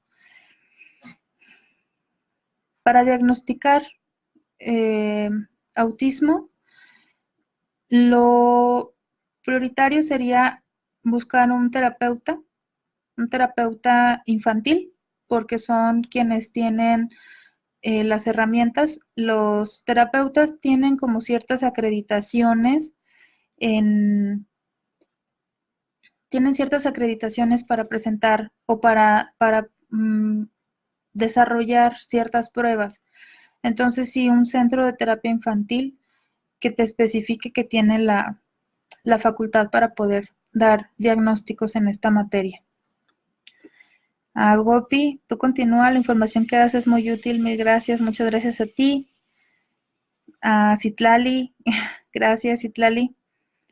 Rafael, tu hijo es desafiante. Contreras, desafiante sí, cuando no se le ha permitido hacer ciertas cosas que quiere. Por ejemplo, quedarse a las 3 de la mañana jugando videojuegos. Eso no está permitido O porque incluso hasta las 6 de la mañana. cuando lo ha llegado a hacer, sí ha habido ciertos límites. Y hay esos límites porque en este estilo de vida hay familias que pueden decir, sabes que el niño va a jugar lo que él quiera. En nuestra familia no. Y no es tanto porque no queramos hacerlo, no es una cuestión de voluntad, es una cuestión de organización familiar. De nosotros somos mi esposo y yo como adultos responsables a tiempo completo. Mis hijos es Daniel, Isabela y María, y nosotros cuatro podemos trabajar desde la casa o desde cualquier lado, nuestras actividades y yo también, pero mi esposo tiene un horario de trabajo, entonces él se levanta, se va a trabajar a las 9 de la mañana, regresa a comer a las 2 de la tarde, se va de nuevo a cuenta a las 5, regresa a las 8, a las 9, y pues no está padre que mi esposo llega a comer y pues él está dormido porque se amaneció jugando videojuegos. Entonces, pues queremos promover la convivencia familiar y por tanto, pues necesita acoplarse todavía a nuestros ritmos un poco. Contreras, mmm, pues vamos a lo mismo. En cuanto a más que nada cuestiones de organización familiar, porque hemos dado la libertad de que trabajen a sus ritmos, aprendan a sus ritmos y sí aprenden. Eso es lo más importante, o sea, sí aprenden. No por el hecho de que no cumplamos un horario, de que nos levantamos a las 8, comemos a las 9 o almorzamos a las 9, trabajamos a 10 a 1. No porque tengamos un horario definido, nuestro rendimiento mejora. O sea, nuestro rendimiento o la forma en que nuestra familia ha funcionado ha sido de acuerdo a la atención que se le da a los intereses de cada uno. Y hemos tenido logros y satisfacciones personales, sí, pero son logros y satisfacciones que nosotros, ya sea de manera individual o de manera familiar, buscamos. Nosotros no tratamos de quedar bien con nadie, no tratamos de satisfacer las expectativas ni de la familia, ni de la escuela, porque ya no hay una escuela, o sea, no tratamos de darle gusto a la gente. Nosotros funcionamos bien, digamos, porque estamos juntos y nos queremos y estamos felices así como vivimos. Y eso creo que es lo más importante. O sea, yo creo que el ser desafiante o el decir no, si va más enfocado a una cuestión de no satisfacción de las necesidades de los miembros de la familia, al no reconocimiento de esas necesidades y porque no hay un reconocimiento de las personas, de los hijos, ¿sí? Estamos muy acostumbrados a que nosotros los papás dictamos qué hacer. Nosotros decimos qué es lo que yo puedo hacer, qué es lo que yo quiero hacer, qué es lo que yo creo que es mejor para él o para ella. No nos enfocamos en qué es lo que le gustaría al niño, a la niña, por qué le gusta eso, a dónde quiere llegar, qué va a aprender con eso. No estamos acostumbrados a verlos. Entonces, esta herramienta de la educación en libertad, del aprendizaje en libertad, pues ayuda mucho a los chicos con este tipo de diagnósticos. Si estoy viendo, Rafael, que tu hijo Nicolás caminó a los 9 meses, su lenguaje es muy fluido pero medio robótico, sí, suele ser también. Incluso hay niños que son autistas y que no desarrollan lenguaje, pero a nosotros nos ha funcionado mucho la estimulación. O sea, nos ha funcionado los videos, la comunicación, el platicar, el diálogo, o sea, con él, entre nosotros, con los amigos, con la familia, en espacios públicos, sí nos ha apoyado y digo, bueno, estas herramientas, bueno, se las presentamos con la esperanza de que quizás a alguien le funcionen, ¿verdad? Virginia, ¿por qué se llama autismo desescolarizado? No, mira, yo ese título se lo puse porque yo viví la vida autista con escuela y sin escuela y es diametralmente diferente. Desde la posición de los padres hacia el desarrollo de ellos, el no tener la presión de responder o de rendir a estándares que no estableciste tú, generan un cambio muy grande, muy, muy grande. En el caso de nosotros, eh, sí también tenemos esta evolución, como lo comenté anteriormente, de la escuela hacia el homeschooling y luego el unschooling. Y yo creo que cada día nos encontramos más cerca de un radical unschooling porque cada día estamos más desconectados de afuera y conectados por dentro. Entonces, es una evolución. Jorge, ¿qué características muestra el síndrome de Asperger? Tuve una amiga que me dijo que lo tiene, trabajamos en el mismo lugar, hablaba mucho conmigo y una vez que llegué al trabajo estaba como asustada y me pidió que la abrazara. Mira, hay muchas características. Como se los comenté casi al inicio del video, eh, se describe el trastorno del espectro autista por un desarrollo social deficiente o anormal, por fallas en la comunicación y por conductas repetitivas y restringidas. Son pocos los intereses y es mucho el interés. Pero también hay otras referencias que se pueden considerar. Por ejemplo, bueno, los movimientos, esa es una. la experiencia en ciertos temas, la poca comunicación. En el caso bueno, hay otra cosa que no comenté, que el autismo se ve muy diferente entre individuos y también se ve muy diferente entre los hombres y las mujeres. ¿A qué voy con esto? A que a los 6, 8 meses de estar Daniel en terapia, a mí también me diagnosticaron con síndrome de Asperger, pero a mí me diagnosticaron pues en la etapa adulta. Entonces yo no recibí ninguna terapia. ¿Qué era lo que yo hacía? Yo tenía conductas repetitivas, yo nunca tuve problemas de aprendizaje, pero también la discapacidad intelectual es algo que está muy presente en la mayoría de las personas con autismo. Yo digamos que soy multifuncional, aprendo muy rápido y aprendo de todo, tengo casi todas las inteligencias desarrolladas, he podido realizar infinidad de actividades en cualquier área prácticamente. Mm, Somos un poco introvertidos, pero necesitamos como entrenamiento. Yo ahorita platico mucho con ustedes porque en los últimos 10 años estuve trabajando mucho con la inteligencia emocional, pero antes de eso yo fui una niña, una joven muy introvertida, una chica muy doblegada, muy presionada, muy insegura también. Todavía trabajo mucho en mi seguridad. Y es algo que yo trabajo mucho en Daniel, que no se sienta incapaz o inseguro de realizar cualquier actividad. Eh, ¿Qué más? Por lo que comentas de tu amiga,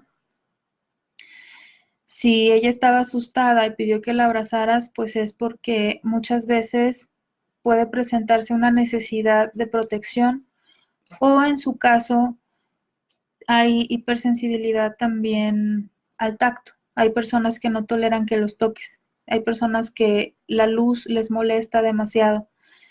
Eh, a mí, yo era uno de ese tipo de personas. También no me gustan los espacios públicos llenos de gente. Le huyo a la gente, le huyo al ruido, porque sí llega un momento en el que me agobian demasiado.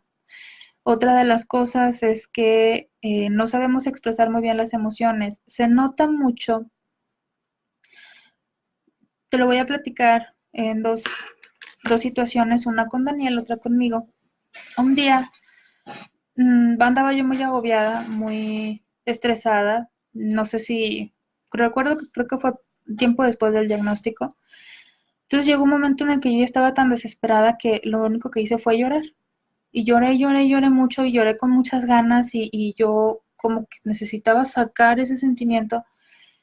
Y mis hijas, estaban los tres presentes, pero mis hijas se acercaron a mí para consolarme. Y Daniel lo que hizo fue verme así muy fijamente y se fue y se fue y se fue y se fue y ya no supo qué hacer.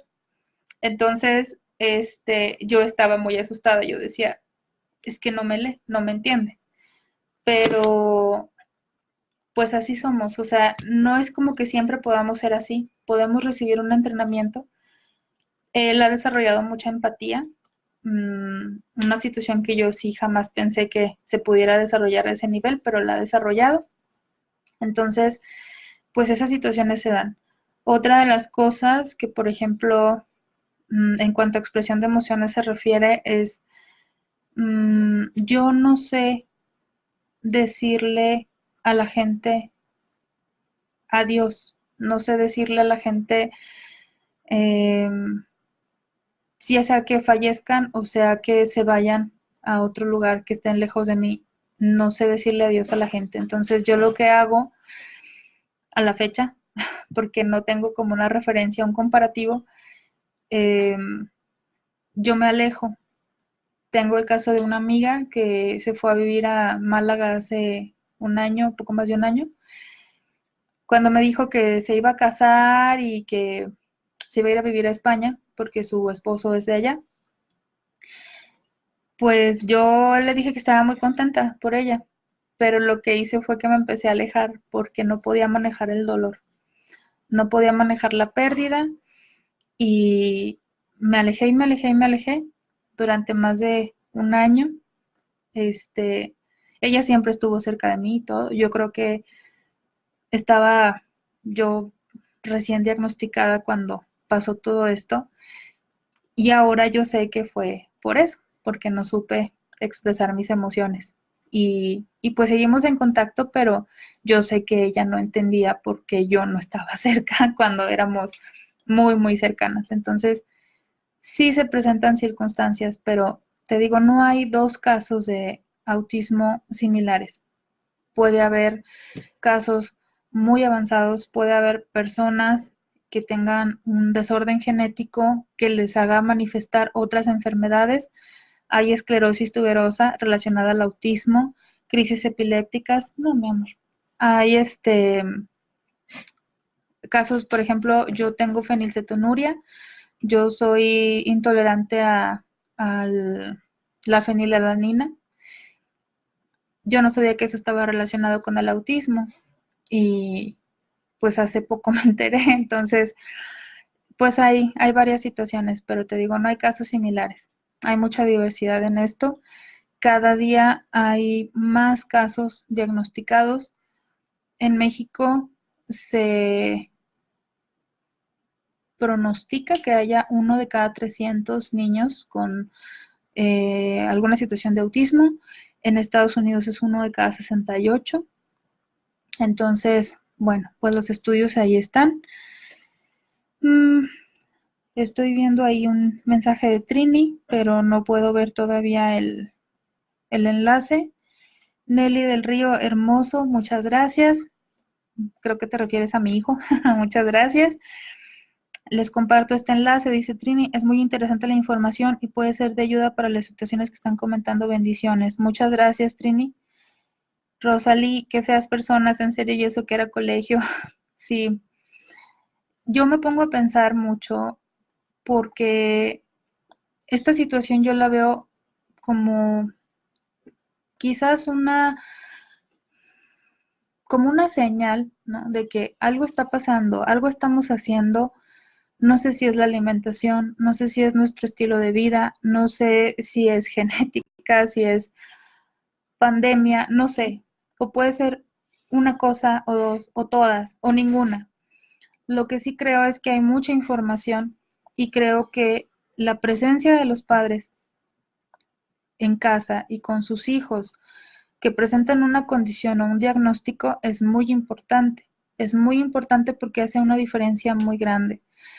No importa si hace 60 años decían que porque los padres eran muy fríos con sus hijos, habían desarrollado autismo.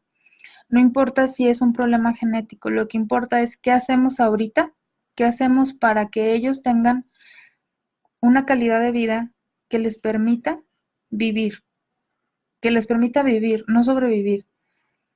¿Qué hacemos, qué hago yo con mi hijo para que él crezca y sea una persona independiente, que sea una persona autónoma, que sea una persona que puede desarrollar una actividad que le permita ganarse la vida? ¿Qué va a pasar con él el día que yo no esté? Porque yo no tengo familia, o sea, yo no tengo un papá, una mamá, hermanos, tíos que vengan y se hagan cargo de él.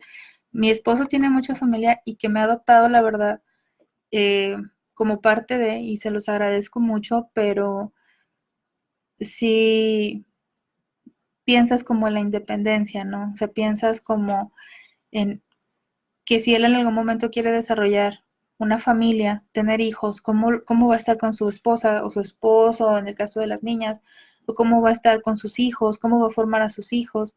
Y hay tantas cosas por hacer y todo recae en la presencia de los padres.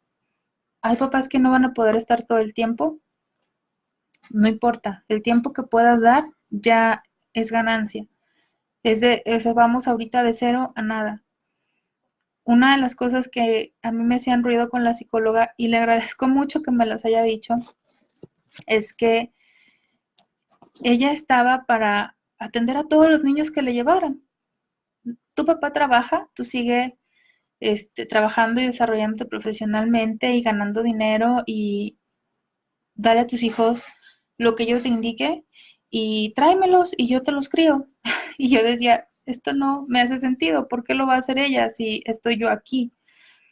Entonces, sí le agradezco mucho que en ese caso nos haya abierto los ojos porque no necesitan tanto a otras personas como nos necesitan a nosotros. Nad Aro dice buenas noches, muchas gracias por compartir. Nosotros tenemos una experiencia un tanto similar. Nuestro hijo tiene 11 años y aprende fuera de la escuela. Por acá la clave es la paciencia, el sistema personalizado, ir sobre sus intereses y de ahí guiar hacia otras cosas. Trabajo con calma pero constante y nutrir mucho el área emocional. Me gustaría saber si conoces y nos puedes compartir enlaces a grupos de apoyo para padres con hijos de espectro autista. Saludos desde Guadalajara. Muchos saludos, Nat. Mira, hay grupos eh, enfocados a padres con hijos que tienen síndrome de Asperger. Está, voy a buscar los enlaces, pero hay padres para padres e hijos con síndrome de Asperger. Asperger México me parece que también tiene grupo, pero no hay grupo enfocado a trabajo con niños autistas fuera de la escuela. No hay. La mayoría de las experiencias que yo he visto en redes sociales son mmm, padres que están intentando que sus hijos se integren al sistema escolarizado. Otra de las cosas importantes es que la mayoría de los estudios que se han llevado a cabo en esta materia están enfocados en niños que van a la escuela. No hay todavía un acervo sólido o confiable de trabajo realizado con niños en otros contextos y no hay información sobre el autismo en la vida adulta. Entonces, digamos que estamos abriendo camino en esta área, estamos picando piedra y estamos probando. Yo estoy muy consciente que como madre hay muchas cosas que estoy experimentando y trato de ser muy responsable en eso porque es la vida de mis hijos la que está en juego, pero de experimentar yo a experimentar la escuela con todos sus cambios, perdón, con todos sus cambios de modelo educativo, la verdad es que decidí asumir las consecuencias de estos experimentos, ¿no?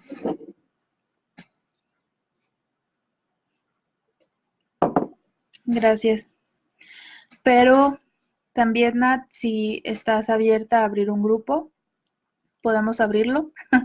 Este, hay mucho trabajo que se puede realizar en esta área con los chicos y también creo que este en particular es un buen grupo para conocer todas las experiencias, mmm, tanto de chicos que tienen un comportamiento neurotípico como los que tienen un comportamiento neurodiverso. Sí, algo que yo he buscado fomentar en mi hijo y en las personas que conozco es que las personas que presentamos un diagnóstico de autismo no somos iguales, no pensamos igual. En algunos casos somos poco sensibles. Otro de las características es que solemos ser personas un poco directas. Decimos las cosas sin atenuarlas. Eh, Podemos llegar a ser duros, pero es una situación pues típica del autismo.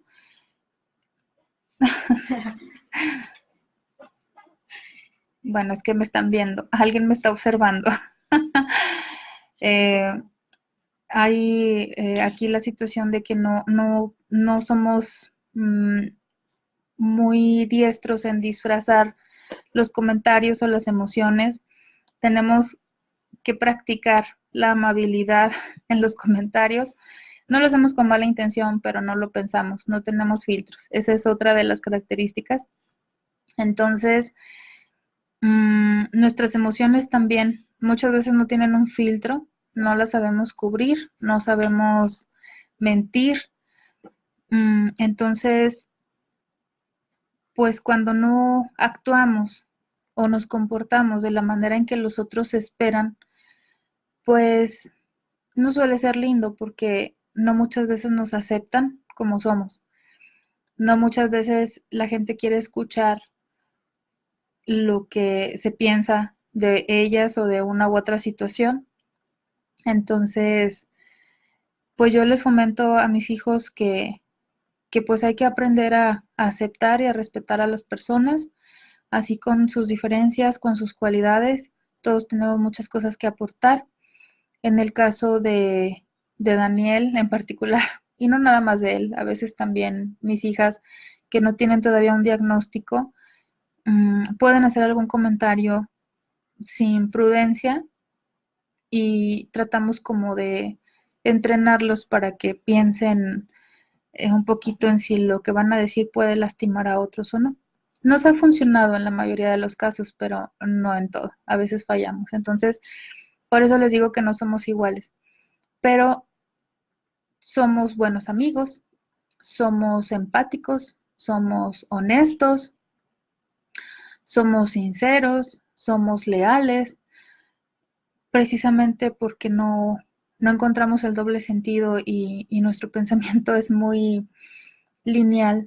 Entonces, hay muchas cualidades que tenemos y que si nos van a tratar como iguales, sea con la misma comprensión, con la misma paciencia y con el mismo aprecio con el que tratarían a cualquier persona.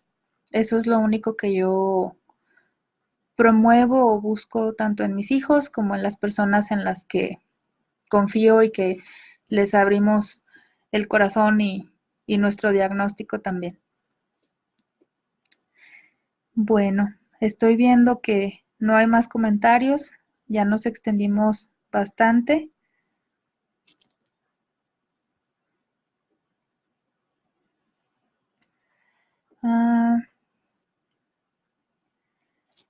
Voy viendo sus mensajes, por eso me tardo un poquito.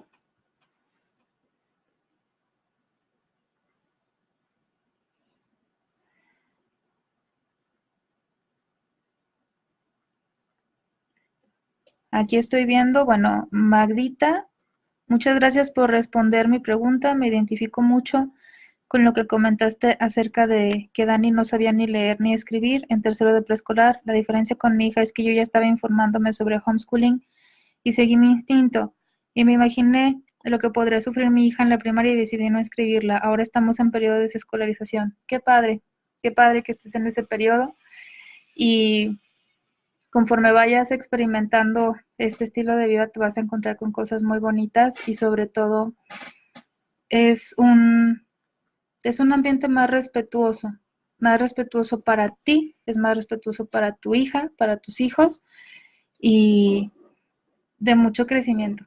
Entonces, muchas felicidades. Ivonne, muchas gracias por compartir, muy clarificador. Gracias. Jorge, gracias por tu respuesta. Gracias a ti.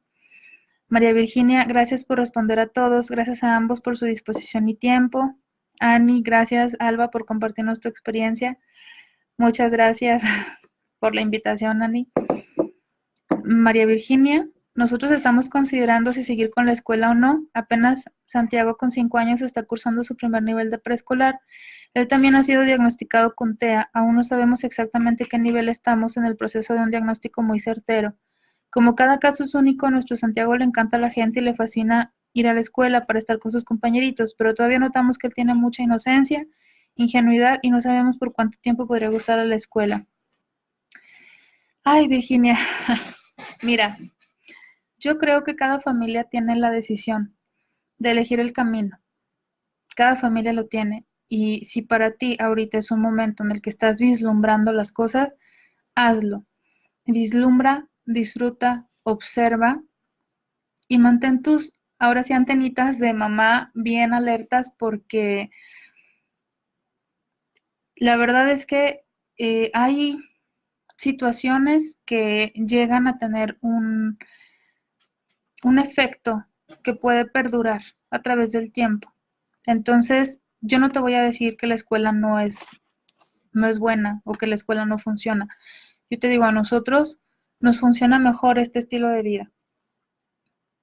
En el caso de los chicos con autismo, sí es una ventaja, sí es una ventaja el tener la libertad de trabajar sobre sus ritmos, de trabajar en sus tiempos, de escucharlos, porque si el problema del autismo es la falta de comunicación, ustedes ya lo vieron, él se comunica bastante bien y se está concentrando y está poniendo atención en lo que yo estoy hablando y en lo que están ustedes compartiendo a través de los mensajes. Si hay situaciones de conductas repetitivas, bueno, se ven, pero también se trabaja en ello. Como podrán notar, él tampoco ha dejado de estarse moviendo de un lado a otro, pero eso no le impide a él realizar las actividades ni entrar en la conversación. Lo que yo te digo, a final de cuentas, es que tú busques que las estrategias que utilices sean para beneficio de tu hijo. Teniendo el beneficio de tu hijo, en donde esté, él va a estar bien. Además, sentimos que la escuela no será del todo el mejor ambiente para que aprenda. De por sí ya la maestra me ha dicho que no me cierra la idea de que sea medicado, porque tampoco nos gusta eso. Mi hijo no es agresivo ni nada. Por eso creo que mejor voy buscando alternativas y tu testimonio me está animando mucho. Mira, como yo les dije otra vez, te lo repito, yo no soy doctor, yo soy mamá. Tengo una profesión, tengo un posgrado, sí, nada que ver con la psicología, pero he buscado información y te puedo pasar, les puedo compartir algunos de los estudios que he revisado en su momento, en donde justifica que no hay ahorita un medicamento que cure el autismo. Hay pruebas que se han estado haciendo en ratones y con un medicamento que se usa como diurético, pero no hay una prueba, o sea, no hay un producto en el mercado que te diga, esto va a curar el autismo. El medicamento que existe es para controlar el estado de ánimo de los chicos, para evitar las agresiones o para evitar crisis epilépticas. Si tu hijo no es agresivo y tu hijo no agrede a alguien más y tu hijo aparte no tiene crisis epilépticas, no la necesitas, no necesitas el medicamento. Lo que hace el medicamento son, esos medicamentos son ansiolíticos, dicen que mejoran la concentración, pero no la mejora, lo que pasa es que les baja la pila. Y si tu hijo no lo necesita, no se lo des, porque tiene muchas reacciones secundarias. Entonces, si ahorita crees que tienes un problema, porque, o bueno, no tú, la maestra cree que puede tener un problema, porque el niño no se queda quieto, quiero verte en unos 5 o 10 años con problemas en los riñones o problemas en el hígado por el consumo de medicamentos controlados. Entonces, eso sí, pues a expensas de la crítica de profesionales en el tema, los medicamentos no. No en este caso. Bueno, Ani dice, Dani, eres perfecto. No soy tan perfecto, eso sí. No, bueno, para ella sí, para mí también. O sea, todos somos perfectos de nuestra manera. O sea, uno no tiene que ser mejor que otro porque todos sabemos que hay un único ser perfecto aquí. Bueno, dos. Y esos dos son solamente Dios y Jesús. O sea, porque ellos son los seres más perfectos. O sea, ellos lo pueden saber todo y todo. O sea, lo pueden saber todo. Te pueden decir los misterios del universo, multiplicaciones muy difíciles. O sea, te van a decir todo. Pero, pero solo sabemos que los humanos comprendemos solo un 4% del universo. Bueno, ya lo escucharon ustedes. Y hay bastantes teorías de que un agujero negro, pues, es como una especie de portal a otra dimensión, o sea, porque, bueno, un agujero negro se crea cuando muere una estrella. Sí. Y bueno, es el arma masiva, más fuerte que un sol, porque, o sea, lo absorbe todo. Solo que aquella cosa que llevará el agujero negro lo llevará a otro lugar desconocido. ¿Quién sabe? Otro universo donde la Tierra sea diferente a como la conocemos. Aquí todos seremos, o sea, en esa Tierra todos seremos animales, todos seremos peces. Quién sabe qué nos vaya a pasar, pero seguirá siendo la misma Tierra, solo que de diferente especie.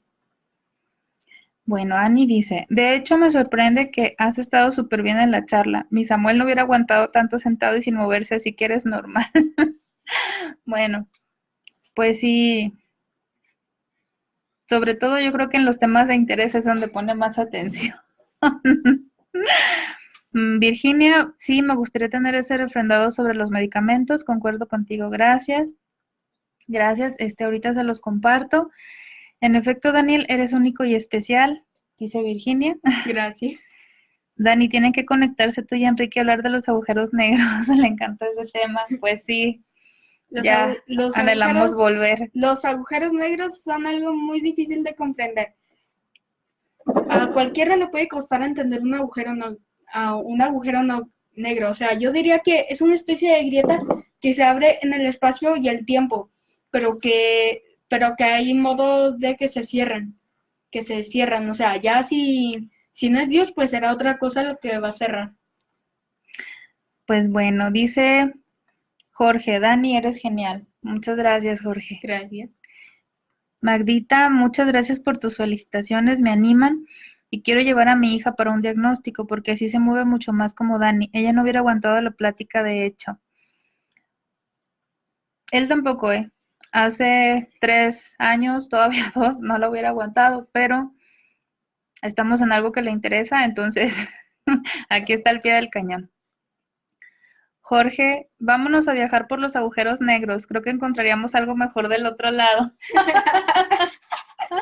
Sí, muy bien. Igual, gracias. Me parece muy buena idea. Sí, igual, Jorge. Bueno, pues ya nos pasamos del tiempo que teníamos previsto. O creo que estamos a buen tiempo porque nos retrasamos como 15 minutos al inicio. No sé si tienen más preguntas. De todos modos, si hubiera más adelante, con mucho gusto las respondemos.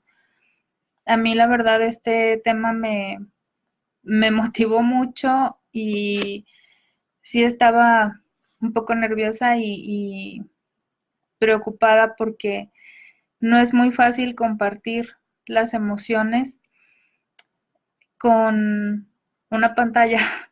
Sus mensajes me hacen sentir acompañada, ¿verdad? Veo que están aquí, pero el no verlos es como quererse desahogar con un diario, ¿no? Y no sé, era difícil o es difícil compartir las emociones, sobre todo por lo que ha implicado. Ser mamá o ser papá no es algo sencillo. Ahorita yo siento que estoy en un momento muy bonito de mi vida porque creo que estoy viviendo la maternidad como debí de haberla vivido en un inicio, sin prejuicios, sin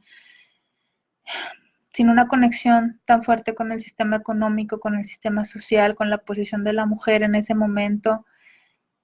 Entonces estoy aquí, estoy plena, estoy llena, estoy feliz, estoy a tiempo completo con mis hijos para satisfacer sus necesidades, para educarlos, para guiarlos. No todo es miel sobre hojuelas, también tenemos días difíciles, tenemos días donde requieren toda mi atención de una manera en la que no puedo hacer otra cosa, pero no cambiaría esto porque los veo crecer, los veo felices, veo cómo van avanzando y cómo van sintiéndose seguros y cada tropiezo, cada lucha, cada logro, todo es importante, todo es aprendizaje y ellos lo están viviendo. Yo ya les pregunto a ellos a cada rato, ¿no quieren volver a la escuela? ¿No quieren ir a la escuela? Los regreso a la escuela, vayan a la escuela. Y ellos dicen, no, porque si fuéramos no aprenderíamos todo lo que aprendemos aquí en la casa, todo lo que vemos, todo lo que hacemos. Y no importa que sean las niñas, no importa que ellas tienen sus particularidades, tienen su personalidad, no tienen un diagnóstico oficial sobre algo del trastorno del espectro autista o algo parecido, pero son únicas también en su forma de ser, son irrepetibles, tienen sus propios intereses y trato de estar para todos. Y quizá eso fuera otro tema, cómo ser una madre autista, una madre con un diagnóstico con hijos tan diferentes. Quién sabe, es otro tema de conversación. Pues muchas gracias a ustedes. Ani, de nuevo, muchas gracias por todo. Y bueno, por nuestra parte es todo. Espero que estén muy bien y pues un saludo muy afectuoso.